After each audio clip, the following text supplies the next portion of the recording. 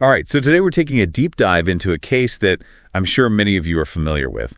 It's one of those cases that just grabs you and doesn't let go. Yeah, definitely one of those stories that sticks with you. The case of Caylee Anthony. Back in 2008, this case absolutely gripped the nation. It was everywhere, all over the news. Huge media frenzy. People were comparing it to the O.J. Simpson trial. And you sent over some really interesting facts about it, so let's unpack this together. Let's do it. So we're talking about Caylee Anthony, a little girl 2 years old. from Orlando, Florida. She vanished on June 16th, 2008. But here's where things take a strange turn. Yeah, the timeline in this case is definitely one of the first things that grabs your attention. It wasn't until a whole month later that her disappearance was even reported. Right, July 15th, a whole month later, Caylee's grandmother, Cindy Anthony, finally contacted the police. A month. That's a long time. I mean, imagine if a child in your family went missing. You'd be calling the authorities immediately. Absolutely. And for investigators, a delay like that, it throws up a bunch of red flags right from the start. Makes you wonder what was going on during that month. And then there's the behavior of Caylee's mother, Caylee Anthony. Caylee Anthony. Where do we even begin? Right. Initially, she told police that Caylee was with a nanny. She even gave the nanny a name.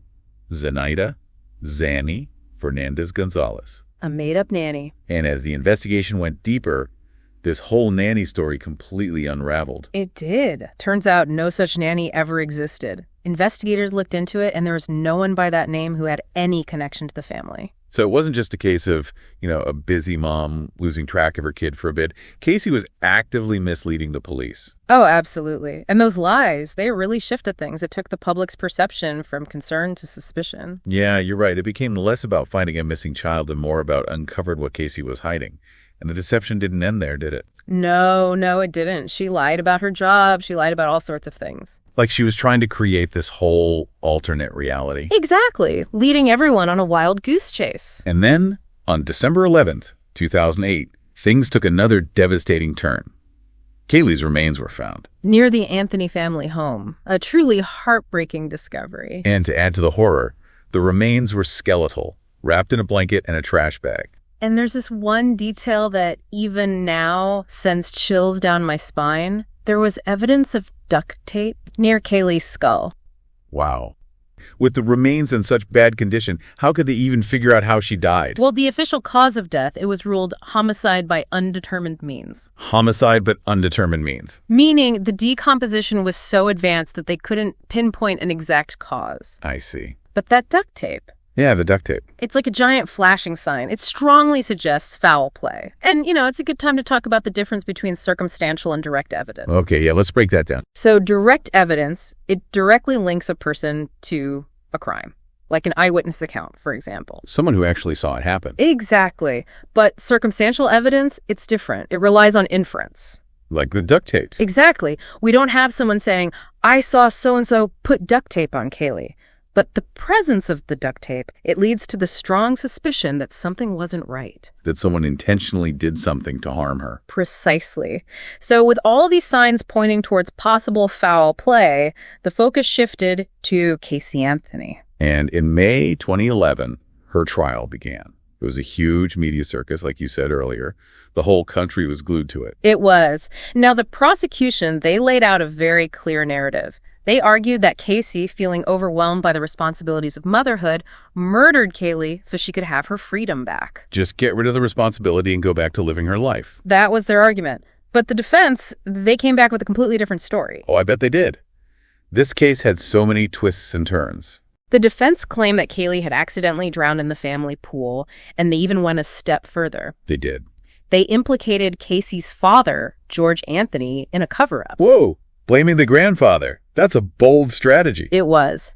By alleging this accidental drowning and then a cover-up by George, they were aiming to create doubt, reasonable doubt in the minds of the jurors. Right, because in our legal system, the prosecution has to prove guilt beyond a reasonable doubt. Exactly. The defense doesn't have to prove innocence. They just have to create enough doubt that the jury can't definitively say guilty. So by putting these alternative explanations out there, even if they seemed far-fetched, they were hoping to sway the jury. And, well, they did sway the jury. Because on July 5th, 2011, the verdict came in. And a lot of people were shocked. A lot of people were. Caylee Anthony was acquitted of the most serious charges: murder, manslaughter, and child abuse. All acquitted. Oh, wow. While she was acquitted of those major charges, the jury did find her guilty on 4 counts of providing false information to law enforcement. So even though they didn't think she was directly responsible for Caylee's death, they still acknowledged that she had lied to the police. Right. And that really says something about her credibility throughout the entire investigation. Absolutely. The public was outraged by the verdict. It seemed like everyone had an opinion on the case, and people are still debating it today. It's one of those cases that just gets under your skin. You can't help but have an opinion. Totally. And for Caylee, life after the trial, she mostly stayed out of the public eye.